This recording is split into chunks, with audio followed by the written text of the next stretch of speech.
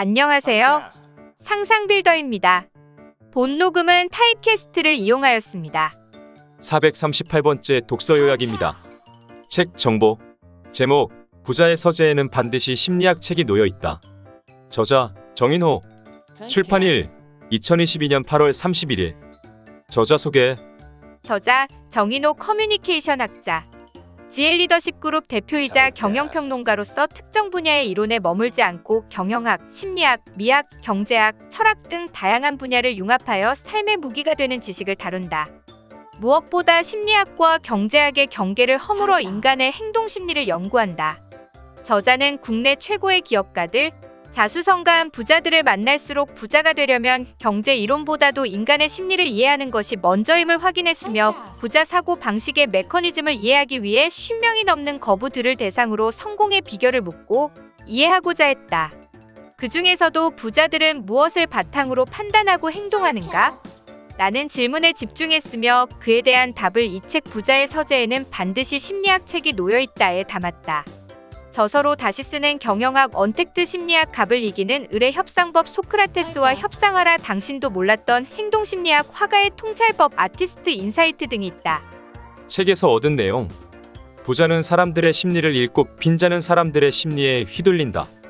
한국 경제가 불황에 들어섰다. 주식, 부동산, 가상화폐 할 것 없이 약세를 면치 못하고 있다. 전문가의 의견 역시 이번 불황이 초대형 태풍이냐 미풍이냐 하는 표현만 다를 뿐 불황은 피할 수 없다는 게 대체적이다. 그렇다면 이런 불황 때 부자는 어떻게 행동할까? 신간 부자의 서재에는 반드시 심리학 책이 놓여 있다는 이 질문에 답을 주는 책이다. IT, 부동산, 주식, 반도체 금융업, 제조업 등 다양한 분야의 거부 50여 명에게 이런 불황 때 무엇을 바탕으로 판단하고 행동하는가? 라는 질문을 집중했고 그 답을 담았기 때문이다. 저자는 부자가 되려면 금리, 환율보다 먼저 사람들의 행동 심리에 관심을 가져야 한다고 주장한다. 부자는 돈의 흐름이 사람의 심리에 의해 좌우되고 여기에 기회가 숨어 있다는 걸 알기 때문에 심리학 책을 든다는 것이다. 10만 전자를 바라보던 삼성전자가 6만 전자로 떨어졌을 때 대한민국 대표 주식 투자자는 대량으로 삼성전자 주식을 사들였다고 공개적으로 말했다. 이처럼 부자는 주식시장이 폭락해 모두가 주식을 던질 때 빚을 얻어서라도 주식을 산다. 부동산도 그렇다. 더 떨어질까 두려워 팔려는 사람이 넘쳐날 때 부자는 적극적으로 부동산을 사들인다. 왜냐하면 부자는 이런 상황을 오히려 저렴하게 살 기회로 보기 때문이다. 이처럼 빈자는 사람들의 심리에 휘둘리며 사람들과 같이 움직이고 부자는 사람들의 심리를 읽고 자기만의 기준으로 독자적인 행동에 나선다. 그리고 사람들의 심리에 휘둘리지 않기 위해 자신의 마음을 다스리려 노력한다. 부자가 심리학 책을 끊임없이 찾는 이유다. 이 책은 부자는 어떤 심리를 가졌는지, 어떻게 사람들의 심리를 읽는지, 이를 바탕으로 어떻게 행동으로 옮기는지 소개한다. 부자는 어떤 심리학 책을 읽고 왜 이런 책을 읽는지도 소개한다. 그리고 사람들이 부자가 되지 못하는 심리적 장벽과 방해 요인, 그리고 이를 제거하는 해결책도 함께 제시한다. 지금 불황이 얼마나 클지 언제 끝날지 알 수 없다. 그러나 불황이 부자가 될 기회인 건 분명하다.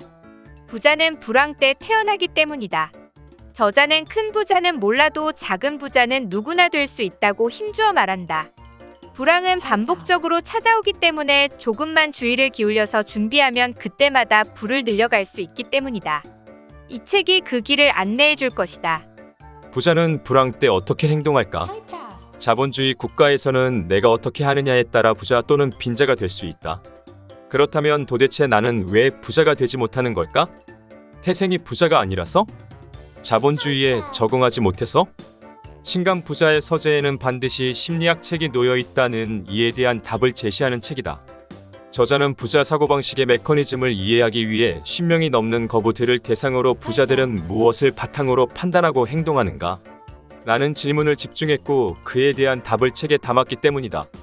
부자는 돈의 흐름이 사람의 심리에 의해 좌우되고 여기에 기회가 숨어 있다는 걸 알기 때문에 심리학 책을 든다고 저자는 주장한다. 17세기 네덜란드의 튤립 파동, 1929년 미국 대공황, 2008년 서브프라임 사태는 경제 주체들의 심리가 얼마나 큰 영향을 미치는지 단적으로 보여준다며, 부자가 되려면 환율, 금리보다 먼저 사람들의 행동 심리에 먼저 관심을 가져야 한다고 말한다. 이 책은 장별로 부자와 빈자는 어떻게 나뉘는지, 부자의 에너지를 끌어당기는 행동 심리, 부를 가로막는 심리적 장벽과 방해 요인을 알아보고 이를 제거하는 방법을 담았다. 더불어 부자들이 심리와 관련된 어떤 책을 읽고 적용하는지 설명한다. 제1장은 부자의 서재에는 왜 심리학 책이 놓여 있는지를 밝힌다. 가난한 소크라테스와 배부른 소크라테스 예를 통해 부자와 빈자의 차이가 왜 심리에서 오는지, 왜 심리를 알아야 돈과 사람을 움직일 수 있는지를 설명한다. 제2장에서는 부자의 행동 심리와 그 원리를 속 시원히 보여준다. 부자는 어떤 기준으로 판단하고 행동하는지, 왜 부자는 불황일수록 해볼까? 라고 말하는지, 왜 부자들은 운이 좋았다 라고 하는지, 왜 부자는 시간을 바라보는 관점이 빈자와 다른지, 부자는 어떤 심리학 책을 읽는지, 이렇게 부자가 하는 행동의 심리를 풍부한 사례를 통해 매우 구체적으로 소개한다. 부자의 심리를 체득해서 내 것으로 실천하고 배울 수 있을 것이다. 제3장은 부자가 될 수 없게 막는 심리적 방해 요인과 해결책을 소개한다. 빈자는 로또를 사고 부자는 보험을 선택하는 이유를 통해 어떤 심리가 부자가 될 수 없게 방해하는지 설명한다. 빈자가 주로 하는 말을 소개하며 왜 이런 말이 부자로 가는데 심리적 방해 요인이 되는지 이유를 밝힌다. 그리고 이를 제거하는 해결책을 제안한다. 왜 심리를 읽는 사람이 부자가 되고 빈자는 왜 사람들의 심리에 휘둘리는지를 알 수 있을 것이다. 저자는 불황은 반복적으로 찾아오기 때문에 조금만 주의를 기울여서 준비하고 행동에 옮기면 불황이 올 때마다 부를 늘려갈 수 있다고 말한다. 그러면 큰 부자는 몰라도 작은 부자는 누구나 될 수 있다고 말한다. 그 방법을 이 책에서 찾을 수 있을 것이다. 데이비드 데스테노, 신뢰의 법칙 저자. 빈자일수록 오히려 서로를 신뢰하고 협력하는 경향이 강하다. 토머스 스탠리와 세라 스탠리 펠로우, 이웃집 백만장자 변하지 않는 부의 법칙 저자. 부는 돈을 존중하는 사람들을 찾아온다. 돈에 대한 존중은 절제하며 돈을 효과적으로 관리하는 것도 포함된다. 기시미 이치로와 고가 후미타케, 미움받을 용기 저자. 정말로 자신 있는 사람은 자랑하지 않는다. 열등감이 심하니까 자랑하는 것이다. 그렇지 않으면 이런 나를 인정해 주지 않을까봐 겁이 나는 것이다. 아라이 나오유키, 부자의 인맥 저자. 상대방에게 대가를 바라는 자세부터 잘못되었다. 사람과 사귄다는 것은 상대방에게 공헌하는 것이다. 모든 인간은 경제적 자유를 꿈꾼다. 돈은 물질적 구매력은 물론 뇌의 인지기능, 타인과의 신뢰와 협력, 자아, 존중감 등에 영향을 미친다. 현대 사회에서 돈은 가입파괴적이다. 그래서 대부분 사람은 경제적 속박 상태를 벗어난 경제적 자유를 꿈꾼다. 각종 연구 자료나 부자들을 인터뷰해보면 그들은 대세에 순응하지 않고 남들과 거꾸로 간다는 것을 알 수 있다. 부자들의 역선택과 관련하여 발췌한 문장들은 다음과 같다. 부자들은 규칙을 어기고 허용된 경계를 넘나들면 현 상태를 거스르는 위험을 감수한다. 부자들은 권위에 저항하고 모험하기를 좋아한다. 부자들은 규칙은 깨져야 한다고 강조한다. 규칙을 지나치게 강조하면 결국 규칙이 자신을 압도하기 때문이다. 부자는 기존의 문법을 모방할 가능성이 적고 새로운 환경을 탐구한다. 부자는 다수 의견에 반대하는 것에서 즐거움을 느낀다. 부자는 자신의 의견이 다수의 의견과 같아도 다른 개념으로 인식한다. 무리에서 이탈하는 5%가 불을 거머쥔다. 센스 있는 입담과 남다른 텐션을 타고난 방송인 앨은 2008년 동료 연예인 제이의 소개로 주식 투자에 발을 들인다. 대기업 출신인 그의 아버지가 주식 투자를 잘못해 집 한 채 값을 손해보는 모습을 경험하면서 주식 투자에 부정적인 시각을 가지고 있었지만 동료 제이가 소개한 종목이 연이어 급등하는 모습을 지켜보면서 나 혼자 바보가 될 순 없어 라는 생각으로 해당 종목을 매수한다. 앨이 매수하자 해당 종목은 급등했다. 1,000원 후반대에 들어가자마자 2,950원까지 뛰었고 순식간에 불어나는 액수를 보면서 그는 주변 사람들에게 소개하기도 했다. 하지만 급등세는 오래가지 않았고 이내 하락장으로 들어서더니 결국 350원대에 손절했다. 놀라운 사실은 그는 지금까지 해당 종목이 뭘 하는 회사인지도 몰랐다고 한다. 잘 모르는 회사에 투자하면 안 된다는 사실을 깨달은 앨은 코스피 우량주는 괜찮다는 다른 지인의 말에 대림산업에 투자한다. 하지만 앨이 매수하자마자 중동발 어닝쇼크로 건설업 전체가 극도의 불황에 시달리면서 2013년 10만 원이었던 주가는 5만 원선까지 급락했다. 50%의 손해를 보고 앨이 손절하자 놀랍게도 주가는 기다렸다는 듯이 회복세로 들어섰고 2019년 고점을 넘어섰다. L은 지인의 말을 듣고 또다시 다른 종목인 CJ E&M에 투자한다. 연예계 인맥을 활용해 2013년 말 CJ E&M에서 대작을 준비하고 있다더라 라는 정보를 받은 후 진입한 것이다. 하지만 대박이 터진다는 정보와 달리 해당 종목의 주가는 10만원 초반대를 유지하면서 극심한 손해를 보고 손절해야 했다. CJ E&M의 주가는 지금까지도 L이 매수한 40만원대가 최고점이다. L의 투자 흑역사는 여기서 머물지 않는다. CJ E&M을 추천해줬던 지인이 굉장히 미안해하며 다른 주식을 추천한 것이다. 그가 소개한 곳은 비상장 기업이었고 L은 앞서 뭘 하는 회사인지도 모르고 투자했다가 실패한 경험을 발판 삼아 해당 회사에 직접 방문하기도 했다. 장고 끝에 진입했으나 그 회사는 상장에 실패했고 투자했던 금액은 한 푼도 돌려받지 못했다.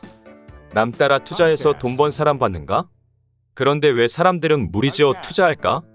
왜냐하면 두려움이 덜하기 때문이다. 친구가 신형 스마트폰을 사면 자신도 사야 하고 옆집이 새 차로 바꾸면 자기도 차를 바꾸고 싶어 한다. 남이 장에 간다고 하니 걸음지고 나선다라는 속담같이 다른 사람과 똑같이 행동해서 두려움을 줄이고 심리적 위안을 얻으려는 것이다. 이러한 행동 속성을 세일즈맨을 예로 들어 살펴보자. 손님에게 제품 기능의 우수성을 늘어놓는 판매원은 하수다. 고수는 이 제품이 가장 많이 팔립니다. 라는 단 한마디로 쉽게 매출을 올린다.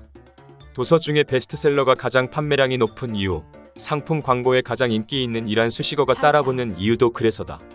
신호등이 빨간불이라도 다수가 무시하고 건널목을 건너면 따라 건너는 행동 심리와 같다. 이러한 사람들의 심리를 사회적 동조성 컨포미티라고 한다. 사회적 동조는 경우는 다음과 같은 상황일 때 더 많이 일어난다.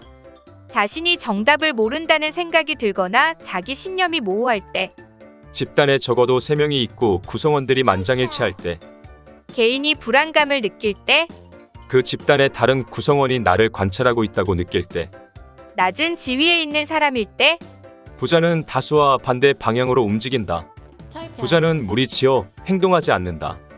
투자에 성공하려면 대중적 판단에 근간을 둔 사회적 동조성을 뿌리치고 소수 편에 서는 것이 유리하다.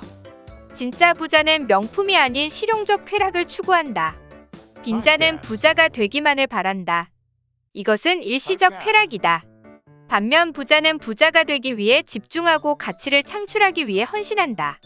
이것은 실용적 쾌락이다. 돈밖에 모르는 사람으로 악명 높은 피니가 전 재산 80억 달러를 기부한 것은 실용적 쾌락이다. 유대인 부자들은 의식주를 해결하기 위해 필요한 것 이상의 부는 자기의 소유가 아니라고 생각하고 넘치는 재산은 위탁받아 관리하는 것뿐이라고 생각한다. 이른바 청지기론이다. 따라서 그 돈을 움켜쥐고 있으면 안 된다. 부자는 인체의 심장 역할을 해야 한다고 그들은 생각한다. 심장이 피를 인체 곳곳에 홀려보내야 인체가 건강을 유지하듯 부자는 가지고 있는 돈을 사회를 위해 홀려보내야 건강한 사회가 된다고 그들은 믿고 있다. 빌바오, 뉴욕, 베네치아 등의 미술관을 지은 구겐하임 가문 역시 모은 돈을 의미 있는 자선 사업에 썼으며 특히 예술 부문과 항공 분야 발전에 크게 기여했다. 유대인 부자와 구겐하임 가문이 그러했듯 거대한 부와 성공을 이룬 부자들은 단순히 부를 넘어 실용적 쾌락을 추구한다. 앤드류 안드루 커네기는 철강 제조와 판매에 헌신했고 프랭크 우러스 프랭크 W. 오볼트는 세계 최초의 가격 파괴형 프랜차이즈를 만들었다. 월터 크라이슬러 워터 콰스와 윌리엄 듀런트 윌리엄 콰포 듀런트는 자동차 산업에 총력을 기울였고 제임스 제롬 힐 제임스 제롬 힐은 거대한 대륙간 철도 건설과 관리 사업에 온 정신을 집중했다. 악착같이 돈을 벌어 핸드백이나 구두, 의류, 자동차, 시계 등의 명품 브랜드를 줄줄이 꿰고 있다면 당신은 가짜 부자다. 진짜 부자는 명품이나 브랜드를 초월한다. 10달러짜리 시계도 잘 가는데 왜 비싼 게 필요한가? 라며 반문하는 피니의 태도에서 알 수 있듯 진짜 부자는 물질과 일시적 쾌락이 자신의 가치를 높이거나 차별화시키는 요인이 아님을 확신한다. 그 확신은 죽음의 순간까지 이어진다. 그렇기에 전설적 자선사업가인 앤드류 카네기가 남긴 부유한 죽음은 불명예스럽다. 라는 말을 늘 새기고 행동한다. 부자는 쾌락 본능을 통제할 줄 안다. 쾌락 본능은 인간의 행동을 지배한다. 따라서 부자가 되려면 쾌락 본능을 통제하고 조절할 수 있어야 한다. 빈자는 일시적 쾌락으로 부자가 되기만을 바란다. 반면에 부자는 사회적 가치를 창출하고 헌신하는 실용적 쾌락을 즐긴다. SNS 관종들 속에 진짜 부자는 없다. 우리의 일상은 SNS와 밀접해진 지 오래다. 타인의 삶을 엿보는 동시에 타인에게 자신의 근황을 알릴 수 있는 도구를 손에 쥔 사람들은 틈만 나면 SNS에 접속한다. 그러나 SNS에 올라오는 사진 중에는 역효과를 일으키는 내용이 많다.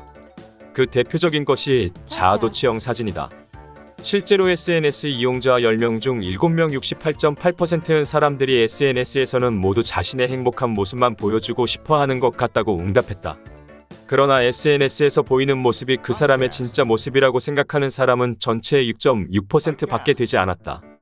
물론 어느 정도 자아도취는 필요하다.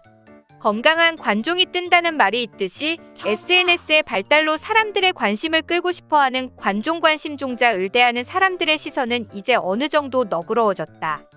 관종들이 관심을 받고자 과도한 행동과 언행을 한다고 여겼던 예전과는 달리 이제 그러한 행동을 통해 자신이 어떤 사람인지 알리고 자신의 취향을 알리는 것이 용인되는 분위기가 형성되었기 때문이다.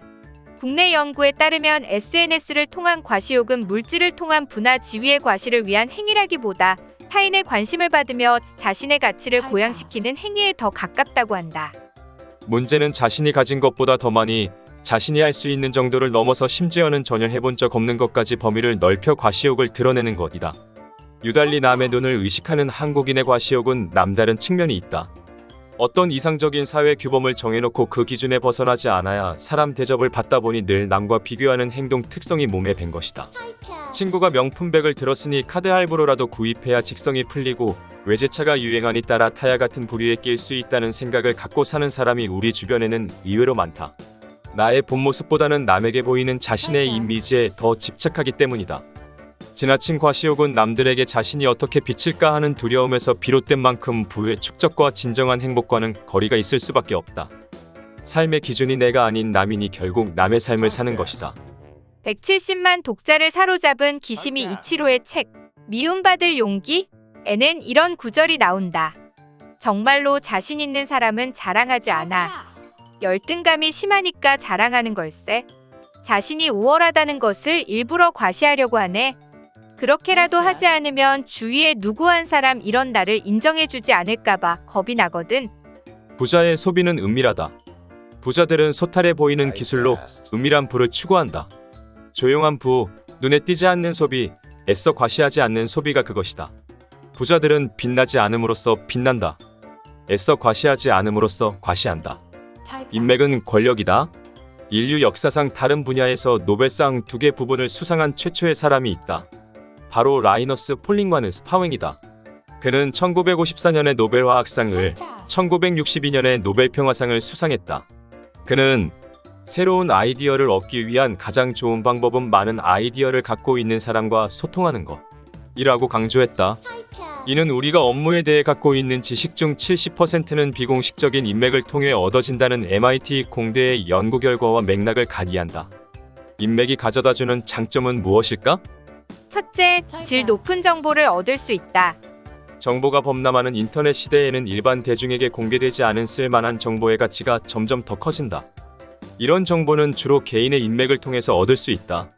만약 워런 버핏이 CEO로 있는 투자 전문 회사 버크셔 해서웨이 BERKSHIRE HATHAWAINC의 임직원과 인맥이 닿을 수 있다면 어떨까?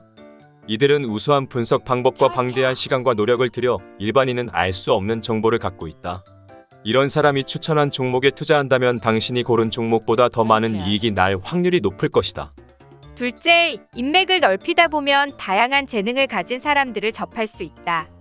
이런 사람들과 자주 어울리다 보면 창조적 능력이 한껏 올라간다.